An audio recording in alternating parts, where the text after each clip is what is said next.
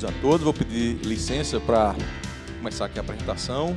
Obrigado, coordenadora, Débora, ao Mota também, nosso colega aqui hoje de mesa. Não posso iniciar sem agradecer ao amigo Naline pelo convite e também por sempre estar incentivando outros estados a estar participando do processo que foi construído aqui pela Cefim em São Paulo. Também o presidente Adriano, também saudar o Marcelo, representante do Conselho Regional de Contabilidade aqui do Estado de São Paulo. Também faço parte do Conselho Federal de Contabilidade, reforçando o convite que ele fez aqui da Conferência Nacional. Vai ser um evento muito importante, grandes temas. Acho que todos os temas do momento vivido aqui pelas administrações fazendárias, vamos ter a oportunidade de estar discutindo lá em Aracaju. Mas não posso deixar de agradecer à Cefim. Primeiro, que eu a conheci há uns 3 anos, e foi através da Cefim que levamos esse modelo de capacitações lá para Paraíba, onde eu sou secretário, estou secretário de Finanças da capital, e hoje, Adriano e Naline, e aí culpa de vocês, nós já reunimos em torno de 30, 40 municípios, estamos na 3ª semana de capacitação. Então, logo, logo, vocês receberão um convite para estar participando conosco lá, e todos sabem que a origem foi aqui em São Paulo. Então, essas capacitações que vocês fazem, no dia de hoje, vamos ter a oportunidade, o dia todo, estar trazendo esses temas inerentes, inclusive para fecharmos aí o exercício, é importante mais para as administrações fazendárias aqui do Estado. Então, pessoal, hoje minha missão aqui é falar um pouco sobre o SICONF, como ferramenta de transparência e de eficiência fiscal. O SICONF ele foi instituído em 2019 pela Secretaria do Tesouro Nacional. Ajuda aqui. Você aqui em cima. Aqui. Então, ele foi instituído, portaria STN, em 2019, onde é uma ferramenta do Tesouro Nacional de recebimento das informações orçamentárias, financeiras e contábeis. Então, é lá, através do SICONF, que o governo federal, através da Secretaria do Tesouro Nacional, recebe mensalmente todas as informações que encaminhamos via a matriz de saldos contábeis, e a partir da matriz, muitos municípios, através dos rascunhos da matriz, enviamos o REL, o RGF e demais demonstrações. Então, dizer que o SICONF ele não é um sistema de transação nem de execução orçamentária. Ele não é o CIAFIC. O CIAFIC, que desde 2010, temos mais uma a legislação, a 10.520, onde que não é uma obrigação que essa lei, o decreto-lei trouxe, mas que ela começa a criar alguns prazos para que os entes, tanto municipais quanto estaduais, eles tenham um padrão mínimo de qualidade para que essas informações possam ser coletadas pelo sistema também SICONF. Então, o SICONF, como eu falei, traz os relatórios de demonstrações, essas que a gente aponta ali, e a portaria STN 642 de 2019. O SICONF, ele tem, na própria site lá, do Tesouro Nacional, ele tem algumas curiosidades. E aqui ele traz alguns números do SICONF, onde desde da sua instituição foram enviadas 717 mil declarações. Também mais de 420 mil matrizes de saldos contábeis. Então, veja que é um importante repositório, é o repositório do Governo Federal, do Ministério da Fazenda, onde lá contém todas essas informações que são produzidas pelos entes públicos aqui em nosso país. Os dados do SICONF, eles são declaratórios. Então, não é o Tesouro Nacional que vai lá e captura essas informações dos sistemas de execução dos CIAFICs de cada ente. Nós declaramos essas informações. Quem sabe, futuramente, possa ser um passo, mas aí nós temos que mexer estruturalmente em sistemas, possa haver uma captura diretamente dos sistemas. Mas hoje não é assim. Hoje é declaratório. E para o envio e a recepção desses dados, existem algumas validações de estrutura e algumas validações de conteúdo. Não são validações complexas, mas, pelo menos, elas já inibem alguns exageros que a gente ainda pode perceber em alguns índices, como, por exemplo, enviar uma matriz de saldos contábeis zerada. enviar, né, demonstrativos com saldos invertidos. Então, isso aí, essas validações, o SICONF já traz de cara, já aponta e não deixam ser homologados. Então, mas o que seria a importância do SICONF? E aqui a gente traz algumas. Através do SICONF, muitas informações e muitos outros demonstrativos são gerados, como, por exemplo, aqui a gente vai citar, tanto para transparência quanto para questões fiscais. O governo federal utiliza os dados do SICONF, como, por exemplo, para ver como é que está a capacidade de pagamento dos entes, para saber se pode conceder ou não crédito, garantias e avais. Então, a importância do SICONF, e mais na frente a gente vai ver e como a gente pode trabalhar, melhorar essas informações, afinal de contas, são informações contábeis, orçamentárias e financeiras que são produzidas no município, no Estado. Então, a importância de nós, profissionais, também sou contador de formação, apesar de ser secretário de Finanças também, mas tenho a formação em contabilidade pública, atuo, né, há mais de 20 anos. Então, nós temos essa responsabilidade de estar trabalhando essas informações que são registradas e enviadas para o SICONF. Então, aqui como ferramenta de transparência, nós podemos citar aqui alguns exemplos, o próprio balanço do setor público nacional. Todas essas informações que são enviadas para o SICONF, elas são consolidadas e gerada o balanço, né, do setor público nacional. Também como medida de transparência, e aqui acredito que todos, né, porque é o dia a dia nosso, conhecem aqui o CALC. Então, nos requisitos de transparência, a exemplo que alguns de nós colocamos, é consultado no SICONF. Então, se essas informações, né, para estar ali diariamente sendo confirmadas ou não efetivadas no CALC, ela busca lá dessa base de dados chamada SICONF. Outro exemplo que nós trazemos aqui também é o VAT 2024, que é uma complementação do Fundeb. Todo ano é consultado o Tesouro Nacional, ele vai no SICONF, né, se eu não me engano, é 31/8, quando fecha as informações finais, um mês depois, em setembro, ele puxa as informações enviadas dos municípios e lá é tirada essa complementação do Fundeb, utilizando esse grande banco de dados, grande base de dados, chamado SICONF.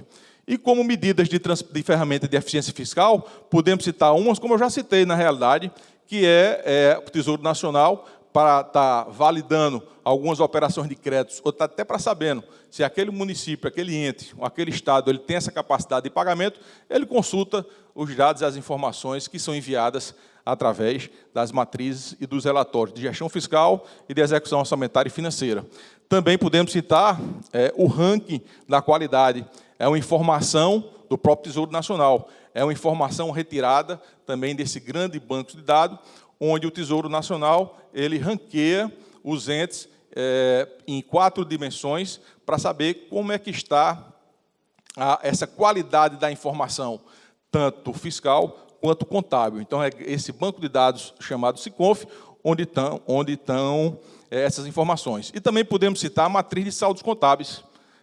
Ficou saídos aqui, né? Mas é a matriz de saldos contábeis, onde é públicas essas informações. Então, qualquer ente, qualquer controle social, então veja que é muito transparente, pode utilizar-se dessas informações para fazer suas consultas. Então, vejam quanto é importante essas informações, esses dados, estarem bem registrados, com qualidade, a serem enviados, né, para o banco de dados SICONF. E o que propomos aqui nesse dia de hoje é justamente a gente tratar e trabalhar essa governança das finanças públicas. Alguns pontos aqui primordiais, quando a gente fala de governança nas finanças públicas, e todos aqui somos administrações fazendárias, então isso aqui é o nosso dia a dia, então não pode faltar no nosso dia a dia e no que propomos aqui hoje, que é justamente esse monitoramento por indicadores, uma tesouraria estratégica importante nos tempos que precisamos de maior arrecadação, precisamos de estar verificando o nosso fluxo de caixa, otimizando a liquidez, né, dos nossos pagamentos. Também temos que ter muito de perto ali a sustentabilidade fiscal, Os sistemas têm que ser integrados. Não conseguimos mais trabalhar sem sistemas integrados. É importante e necessário para a demanda de dados e de informações que nós trabalhamos. Nossas decisões têm que ser baseadas em resultados, né? Temos que ter as políticas de execução orçamentária e financeira. Não cabe mais uma administração hoje moderna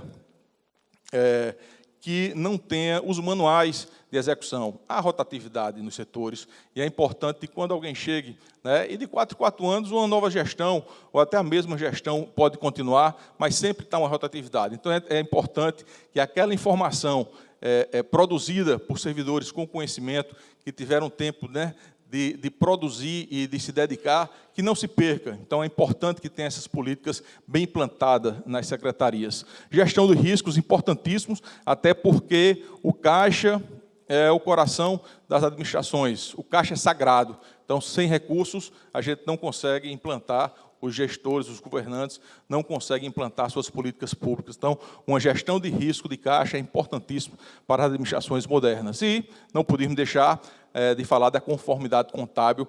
O maior caso aqui que nós citamos é justamente a matriz de saldos contábeis. Então, isso aí é que nós propomos uma governança das administrações financeiras. E como podemos fazer? Não é segredo para ninguém que temos 3 pilares na administração pública, importantíssimo para implantar, né, vários pontos desses que a gente acaba de citar. Nós temos que ter uma equipe estruturada e capacitada. Isso que as administrações, os municípios estão promovendo para vocês hoje, liberando para vocês se capacitarem, já faz parte, né, dessa tripartite aí de condições para que a gente consiga ter uma administração fazendária moderna. Temos que ter sistemas de qualidade, tudo porque eu já explanei agora, e também nós temos que ter um apoio à gestão. Não só, quando eu coloco também apoio à gestão, a gente pode vir logo em mente o gestor maior, o prefeito, o governador, o presidente, mas cada, né, servidor, cada gestor, quer seja no departamento, quer seja numa diretoria, ele pode ser o líder, né? Na realidade ele é o líder, tem que se ver como líder daquele seu espaço ali, e está aplicando essas políticas, para que possa envolver outros setores, e logo, logo, toda uma secretaria, né, toda uma gestão possa estar envolvida em princípios de governança para poder melhorar cada vez mais as administrações municipais. E qual seria o ponto de partida, na minha opinião, por tudo que a gente está falando e na missão que a gente tem aqui hoje? É justamente a informação. Poderia aqui até colocar a informação contábil, mas aqui eu queria agregar mais. Informação orçamentária, informação financeira, mas também não adianta ser qualquer informação. Temos que saber tratá-la, evidenciá-la e bem utilizá-la. Não adianta a informação ficar guardada. Então, um dos objetivos também do SICONF, essa ferramenta que recebe as informações, é justamente para provocar as administrações, os entes públicos, nessa melhoria e na qualidade dessas informações. Primeiro, por quê? Porque vai estar público, vai ser transparente, então os dados dos seus municípios vão poder ser observados por qualquer pessoa, qualquer cidadão, qualquer outro ente, e também é de lá que o governo ele consulta para diversas situações que o próprio município vai precisar. Então, é importantíssimo que essas informações sejam bem registradas, bem trabalhadas, tanto o registro quanto a falta deles. Eu já vi, né, vários entes não conseguirem uma operação de crédito porque está faltando informações lá para gerar a capacidade de pagamento. Então, bastante atenção nesse registro. Então, um dos objetivos também é justamente a melhoria dessa informação no setor público e também uma forma de obtenção e divulgação dos dados. Isso tudo aí a gente visualiza justamente com o SICONF, com essa ferramenta do Tesouro Nacional. E aqui a gente fez uma engrenagem de tudo isso que representa tudo isso que a gente acaba de falar. Então, as entradas, né, por meio do plano de contas, do MDCASP e do CASP também. Então, tem que ser uma entrada de dados e de informações qualificadas, onde, se não tiver um sistema bem estruturado, né, são os CIAFIX, e está saindo as informações, os demonstrativos para tomar decisões. Então, se essa engrenagem aí ela não estiver bem azeitada, a gente não consegue chegar ao fim do que a gente almeja, que é produzir informações para que tomar a decisão tanto do gestor, quanto também captação de recursos e outras ações que o ente pode fazer. E, além de falar um pouco do CIAFI, a gente também trouxe uma experiência, que foi a partir, né, dessa obrigatoriedade que se instalou em 2019, a experiência de João Pessoa. João Pessoa, nesses últimos 4 anos, se dedicamos bastante nessa montagem da estrutura que nós temos hoje, até porque, em 2020, o cenário, quando chegamos no município, era esse. Em 2020, tomando por base aqui todas as capitais, João Pessoa estava aqui no penúltimo lugar, era a 25ª capital. Estávamos aí com o ranking Nós, na posição do ranking de todos os municípios, nós estávamos na posição 4.993. Vejam, são 5.570 e alguns municípios, a gente estava liberando os 5.000. Então, esse era o cenário que, quando nós chegamos em João Pessoa. E foi justamente que nesse momento, nós tivemos uma oportunidade. No dia 20/12/2020, um sistema antigo chamado ORCA, né, Sistema Orçamentário de Administração Financeira, é um sistema com mais de 20 anos, e desde 2016 ele não estava mais sendo, né, alimentado e modernizado. Então, ele foi, no apagar das luzes da gestão anterior, ele foi substituído pelo novo sistema, que é o sistema SIGEF, e sem nenhum planejamento, sem nenhuma informação.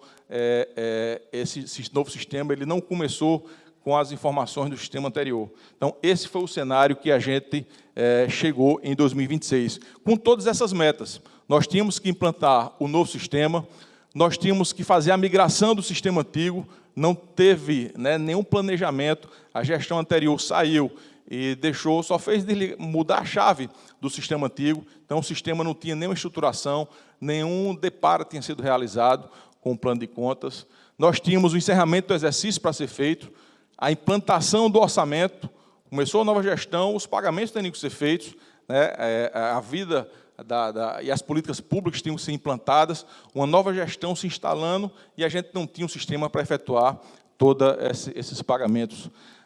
Em plena reforma administrativa, gestão nova chegando, então várias secretarias novas, outras tantas sendo mescladas, sendo incorporadas, então tinha que fazer todas essas adaptações. Também temos o cronograma de desembolso.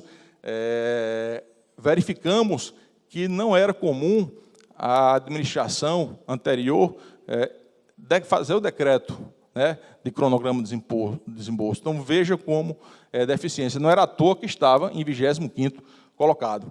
Então, esses primeiros meses foram muito difíceis, os primeiros meses com a parceria do Tribunal de Contas, porque mensalmente nós tínhamos que enviar os balancetes e não conseguimos enviar os balancetes, mas o Tribunal de Contas foi parceiro nesse momento, porque nós verificamos as dificuldades que ia ter e convidamos o Tribunal de Contas para fazer parte desse processo conosco. Mas tem um limite, né? Então, até maio daquele exercício, do primeiro ano de mandato, não conseguimos enviar informações, os balancetes para o nosso Tribunal de Contas, devido a uma substituição de sistemas praticamente aí nos últimos 10 dias da gestão anterior. Porém, aproveitamos justamente esse cenário para fazer do limão uma limonada, construindo do zero o CIAFIC, que também, a partir daquele ano, já passava a ser obrigatório, com prazo pré-determinado para ser utilizado. Então, aqui eu trouxe alguns recortes, nesse período aí inicial de 2021, muitas reuniões. Me lembro que, em maio, a gente reuniu lá 5, 6 secretarias, unidade de tecnologia, para saber, a equipe técnica contratada, para saber se a gente ia continuar com esse processo, porque a gente via alguns avanços, muitos não, e aqui a gente verifica, né? Semanalmente nós tínhamos os relatórios de acompanhamento, o checklist de atividades, documentos chegando a todo momento. Esse documento foi quando reportou para a gente que desde 2016 o sistema anterior não tinha nenhuma atualização. E, por curiosidade, eu trago também uma carta de desligamento, onde um dos servidores contratados, que estava liderando uma das equipes, ele, em março, pediu desligamento, porque não estava vendo evolução na implantação do sistema. Então, esse cenário aí do primeiro semestre de 2021 é o cenário que era vivido, né, pela Secretaria de Finanças do município de João Pessoa. Mas isso nos forjou, isso nos fortaleceu, e conseguimos, né, passar por 2021 e continuando 2022 ali, implantando o sistema. Também tínhamos uma meta, porque verificamos que nos últimos 5 exercícios para trás, teve anos que a abertura do exercício só ocorreu em março. Como é que pode? A LOA enviada para a Câmara já determinava que o exercício ia começar em março, contra todos os regramentos fiscais, toda a legislação que existia. Mas, depois de muito pesquisar, a gente identificou. É porque tinha o coordenador de orçamento, que estava lá, né, há um bom tempo, ele tirava férias em fevereiro e voltava em março. Por isso que ele já enviava a lei orçamentária anual para que fosse dada carga no orçamento em março. Então, um absurdo. E a gente, no segundo ano já de mandato, a gente conseguiu abrir no dia 15 de janeiro daquele exercício. Então, foi um susto para toda a administração, porque não tinha essa prática, mas a gente já começou, né, diante dessas dificuldades, já aparecendo essas oportunidades, e a gente corrigindo muita coisa. Também o Sagres Diário. O nosso Tribunal de Contas, lá da Paraíba, ele possui o sistema Sagres, que é uma captura também de informações. Então, em 2022, além do balancete mensal, nós tínhamos que enviar diariamente, quer dizer, nós tínhamos aí 48 horas para enviar, mas diariamente nós tínhamos que passar informações sobre a execução orçamentária. Então, nós tínhamos, né, de todas as obrigações ainda, tínhamos esse desafio, né, imposto pelo nosso controle externo lá da Paraíba. O Sagres, ele hoje deve ter pelo menos em 6 ou 7 estados. Então, todos os avanços do Sagres, ele testa primeiro na gente. Então, esse daí foi um avanço, né, imenso de controle. Depois que a gente está adaptado, é importante, porque demonstra transparência online, informações ali tempestivas para a população, para o controle social. Mas era um desafio, a gente implantando um sistema. E aí, ter que, no ano seguinte, a gente tem que passar as informações diárias, foi mais um desafio, mas foi superado. Começamos a debater também o sistema de conta única. Não tínhamos o sistema de conta única em João Pessoa. Começamos a pôr na mesa nesse exercício daí, e agora estamos surtindo efeito. Também iniciamos o projeto de governança em final de 2021 e em 2022, para que a gente consiga implantar todos os nossos projetos da Secretaria de Finanças. E, muito fortemente, incentivando e aprimorando os nossos servidores. Então, estabelecemos o Capacita Cefim, onde nossos servidores, não só da Secretaria de Finanças, da Fazenda, mas também de toda a Prefeitura, eram capacitados, aqui como vocês estão fazendo no dia de hoje. Então, o ano 2022 foi um ano de muito treinamento, muita capacitação, se preparando para esses avanços aí nos sistemas da Prefeitura. Em 2023, começamos a fazer um aperfeiçoamento na nossa capacidade de pagamento, até porque tinham muitas obras, muitas ações, muitas políticas públicas a serem implantadas, e o gestor precisava de recursos para fazer essas obras e esses planos, essas ações serem executadas. Então, começamos a trabalhar toda a nossa, tanto a legislação quanto os nossos dados. Por isso que a importância de uma informação bem trabalhada, uma informação fidedigna e completa, porque a partir daí a gente começou a criar robustez e capacidade de, além de tomar empréstimos, ver outras situações que o município também estava precisando, e através dessa qualificação a gente consegue perceber essas oportunidades.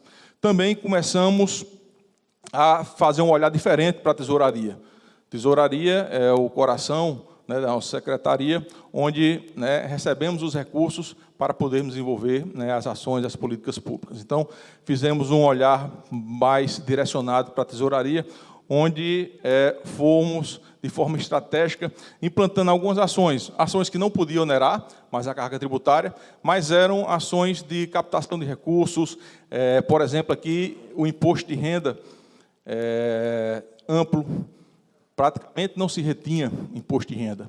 E naquele ano, né, tinha sido a portaria 1234, onde dava, né, a obrigatoriedade dos municípios fazer essa retenção ampla.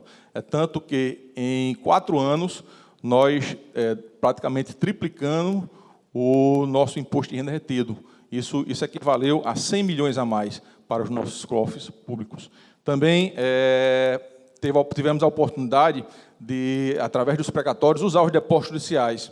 Então, em 2023, fomos uma das capitais do Brasil que não tínhamos mais nenhum estoque de precatório.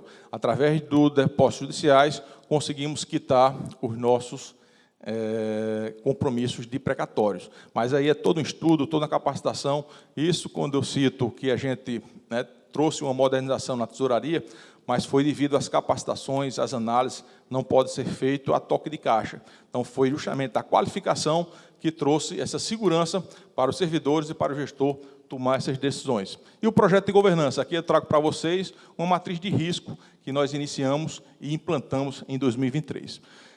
O cenário de 2024 começa a melhorar, finalizando as obrigações iniciais do CIAFIC, com uma exceção, que ainda estamos em construção, que é o sistema de custos, né? O Mola vai falar um pouco mais aqui sobre custos, mas é um desafio para todas as administrações, quer seja federal, estadual ou municipal. Estamos também com esse planejamento, mas é uma coisa ainda a médio prazo. Modernizamos cada vez mais a gestão estratégica de tesouraria. Tesouraria não tem como, tem que ser a pauta da vez, porque são muitos recursos, precisamos de recursos para as demandas só crescentes.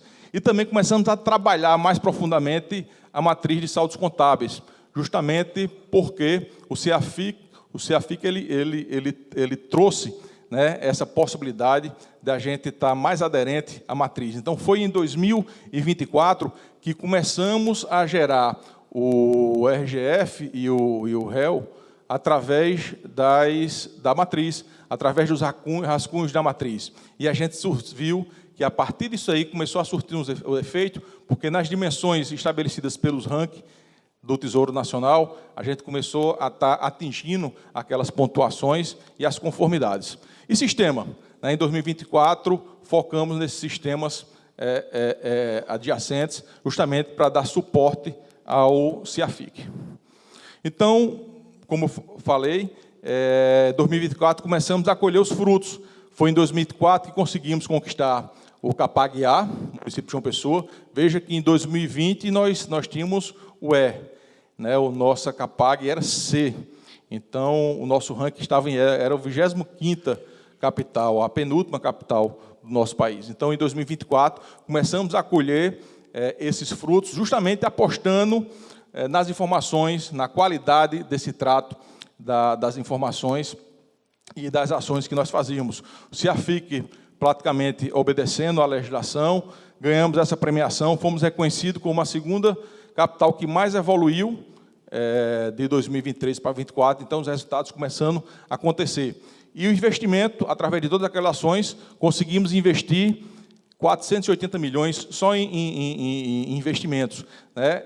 Representando mais de 12% da receita corrente líquida. Então, vocês que entendem de números, vocês que estão ali mexendo nos números, quem consegue investir, né, acima de 5% de um orçamento apertado, um orçamento já com muitas vinculações, realmente foi um destaque e trouxe frutos para o gestor. Em 2025, cenário atual, nós temos uma boa maturidade de tesouraria. Nós estamos definitivamente aí com a conta única quase que totalmente implantada. Isso dá um retorno muito positivo. Agora você briga com todo mundo, né? Com a procuradoria, com os gestores dos fundos, mas é mais uma questão de diálogo. Quando eles começam a entender que o sistema de conta única não é apenas uma conta, mas é um controle importante, inclusive para você fazer gestão de caixa, de liquidez, é uma importante ferramenta para as finanças municipais ou estaduais. Então, quando isso está implantado quando eles observam que eles não vão perder a autonomia, porque eles continuam assinando as ordens bancárias, as ordens de serviço. Então, quando desmistifica essas situações, começa a fluir bastante. E hoje a gente está vendo resultado com a implantação do sistema de conta única. A automação do processo. E aqui eu vou trazer alguns casos rapidamente para vocês, que não conseguimos hoje falar em tomada de decisão com qualidade, sem automatizar processos, de forma que as informações estejam ali em tempo hábil para tomar informações. Então, só finalizando e trazendo alguns casos práticos aqui para vocês, nessa virada 2024 a 2025, estamos investindo em diversos sistemas e nós temos uma parceria de uma agência de inovação lá de João Pessoa, também faço parte, inclusive, do Conselho de Administração, onde lançamos editais para que startups, essa garotada aí, participe e construa, junto conosco, alguns projetos que possam ser úteis para o município. E a gente, vez ou outra, lança um edital, inclusive, já definimos, é muito bom, porque nós definimos, inclusive, os valores de cada projeto desse daí, o que não onera também, que é um fator importante, o orçamento. Então, aqui eu trago para vocês aqui uma gestão das aplicações financeiras. João Pessoa tinha mais de 1.000 contas bancárias. Hoje conseguimos reduzir 50%, estamos aí com a meta de ter no máximo aí 50, né, nos próximos 2 anos. Mas como é que a gente tem um controle de 1.000 contas? Não tem controle de 1.000 contas. Então, a gente instituiu um sistemazinho, mensalmente, esse sistema ele gera e verifica como é que está a rentabilidade dessas principais contas, e eu vou negociar com o banco. Eu vou pedir para o banco ele ter uma aplicação melhor. Com essas informações, eu consigo negociar com o banco.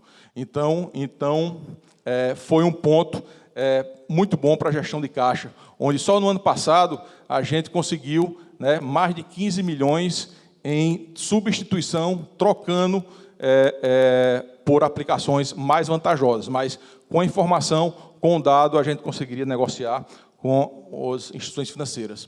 Também, mensalmente, nós projetamos, agora em 2025, nós projetamos a nossa CAPAG. Então, mensalmente, eu tenho esse controle da capacidade de pagamento, onde esse sistema ele nos permite dizer, né, o teto e o piso, onde eu posso estar saindo de uma CAPAG A para uma CAPAG B, de uma CAPAG B para uma CAPAG C. E aí eu posso fazer ações na minha administração financeira para que, dependendo, né, do grau de risco que eu queira correr, né, do grau de comprometimento que eu quero atingir, posso trabalhar ações previamente para não ter a surpresa, só de quando for apurar, né, enviado o DCA, a gente verificar como é que está a nossa capacidade. Então, mensalmente, a gente faz esse controle. E, por último, uma projeção mensal do ranking. Então, já existem ferramentas, a gente utiliza lá, onde mensalmente a gente verifica e faz essa gestão do ranking. As informações que precisam ser melhoradas na nossa matriz, no nosso sistema CIAFIC, a gente consegue apurar se estão, né, de acordo com o layout do ranking da matriz também de saldos contábeis do SICONF. Né? Então, são pequenos exemplos que a gente traz aqui para você, que ajuda muito e tem ajudado bastante João Pessoa. E é um investimento, não muito, porque a gente usou essa criatividade de estar lançando editais, mas é imprescindível hoje que a gente atue com sistemas que nos deem suporte. E aí, estamos finalizando 2025 com esse cenário. Em 2020, né, finalizamos aí, iniciamos aí em 25º, e recebemos agora há pouco, em setembro agora, a premiação em outra categoria, a categoria de melhor desempenho, em terceira capital, né, do país, em melhor desempenho. Então, isso para a gente consideramos, né, uma vitória. Todo o histórico que eu passei aqui para vocês, a equipe, né, isso é bom que renova a equipe, não porque uma premiação, mas pela história que foi construída, pelas oportunidades que nós tivemos também em construir, e por situações que a gente pensa que uma obrigação possa prejudicar, mas a gente tem que tirar o lado bom, como foi a questão do CIAFIC. Então, a gente verificou a implantação do CIAFIC e essa obrigatoriedade da matriz de saldos contábeis, uma oportunidade, e a gente, em 4 anos, começa a colher esses frutos. Então, lá em 2020, subimos, eram 4.993 estávamos, e hoje finalizamos 2025 com base de 24 em sexta cidade do país. Então veja que o esforço realmente recompensa quando conseguimos colocar metas e toda uma equipe trabalhar. Então talvez seja por isso que o Naline nos convidou para justamente demonstrar que a importância desse tratamento das informações, desses dados, cada vez com maiores qualificações para que a gente consiga enfrentar os desafios da administração pública, que não é fácil. E aqui foi a premiação, e aqui, pessoal, encerro minha apresentação agradecendo a paciência de todos.